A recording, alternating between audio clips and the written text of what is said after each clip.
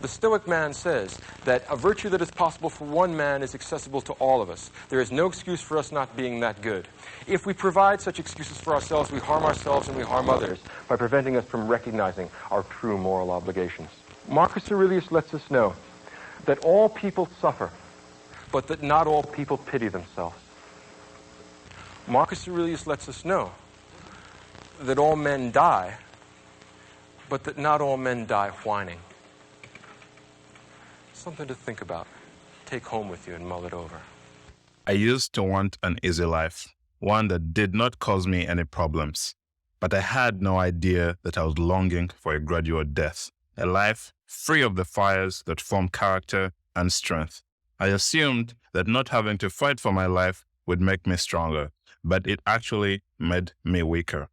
Then on one gloomy day, I discovered Stoicism and its teachings, which presented life as an Olympic arena rather than a burden. Imagine life as a large stadium full of diverse sports and the problems as the tough opponents we must confront. Every issue, every setback is a fierce rival who forces us to strive hard for our medals. I discovered that with enough work and the correct mentality, victory is not only attainable but also expected. In Stoicism, the pursuit of victory is not about acquiring material goods, but rather about achieving mental freedom from outside interference. Although obtaining material goods is more likely if you follow some Stoic teachings, that is not the philosophy's intended outcome. My wish for simplicity when I was younger was unrealistic. Nothing is simple unless it is refined by talent and the capacity to handle difficult situations gracefully.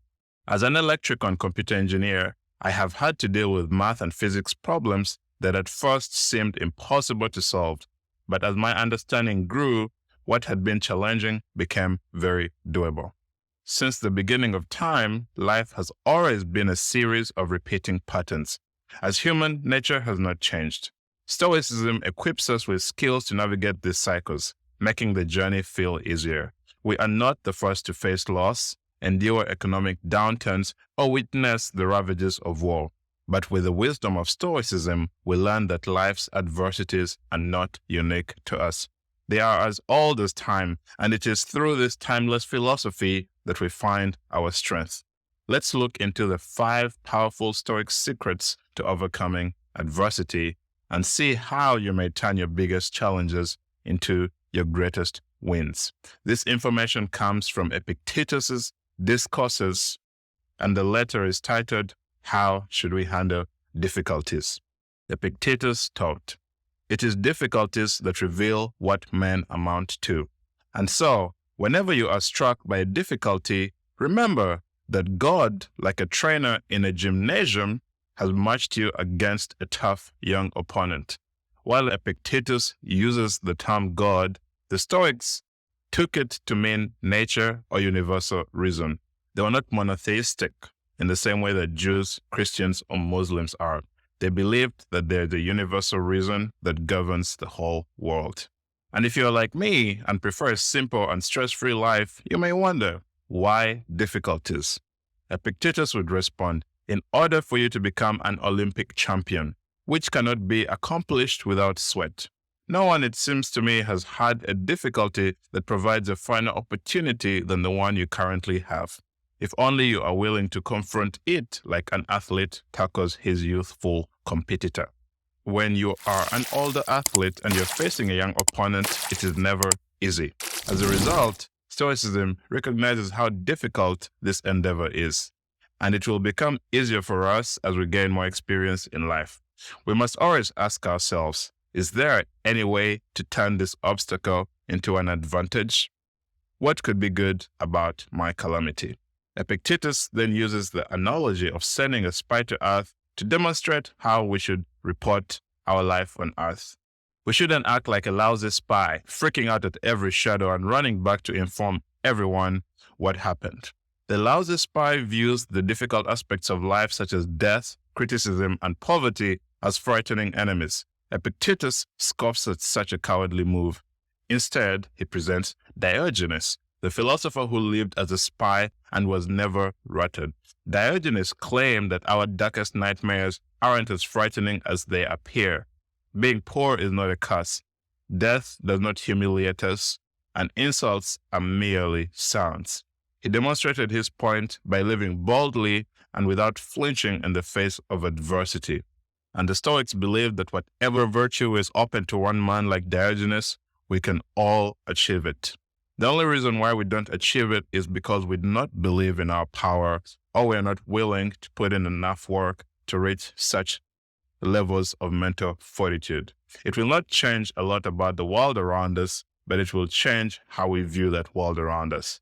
And life, as you know, is perception. Epictetus then offers a very clear image of how we should regard our belongings. Assume you've had a great trip and are about to leave the cruise ship.